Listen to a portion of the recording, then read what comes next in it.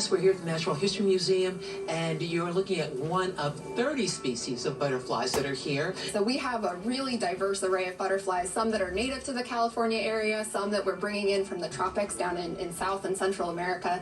And so you can learn all about kind of their diversity, you know, their host plants, some conservation information that's really important right now, all kinds of good stuff. And to learn about problems. So these monarch populations, there are two separate populations, one on the west coast of the United States and one on the east coast of the United States. And they're both really in trouble. Their numbers have plummeted over the last 20 or 30 years for a variety of reasons. What I'm reading about the East Coast monarchs says they're much better shape than we are, but you're saying that doesn't say much. That's right. So a study came out this year that it does look like the East Coast population of the monarch butterflies compared to last year has roughly doubled in size, and that is fantastic, hopeful news. What's a problem is that it's kind of doubled from a really low baseline. So last year there were such small numbers that even that improvement is still kind of bad news. How come? Loss of habitat? That's right. So all kinds of reasons. So a big one, like you're saying, Gail, is loss of habitat. So monarchs are specialists on milkweed. Milkweed, unfortunately, we humans tend to think of as a weed. And so we spray it with pesticides, right? That's a huge problem for the monarchs. Also just habitat loss in general as we're developing our cities, as we're expanding agriculture, things like that. You're also encouraging people to plant the materials that will help butterflies thrive. And you're indicating that you don't need a big mansion, a big estate, a big garden. A little space can provide a host plant for a butterfly.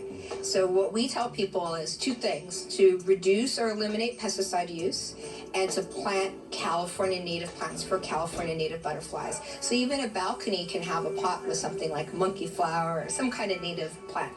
And on our website, we have a list of all those plants so people can look that up, and then they can go and find a nursery near their home. We have that list on the website as well. You can find visitor information and the list of nurseries she mentioned that carry Southern California native plants that butterflies as well as bees love. You can find all of that on the website nhm.org/butterflies. Now, on that nursery list, there are 5 nurseries, including the Theodore Payne Nursery in Sun Valley. Learning is a big part of our mission. At the sales booth, you'll find an array of plant guides that will help you learn about planting with natives. By the way, the Theodore Payne Nursery in Sun Valley, well, it's preparing for its annual native plant garden tour, happening Saturday, April 5th from 10 a.m. until 5 p.m., featuring 18 gardens, and then Sunday, April 6th from 10 a.m. until 5 p.m., featuring 17 gardens. Ticket information is on the website, nativeplantgardentour.org.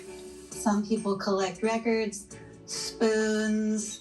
We collect native plants. So let's make this a Learn About Southern California Native Plants and Learn How to Help Butterflies Saturday.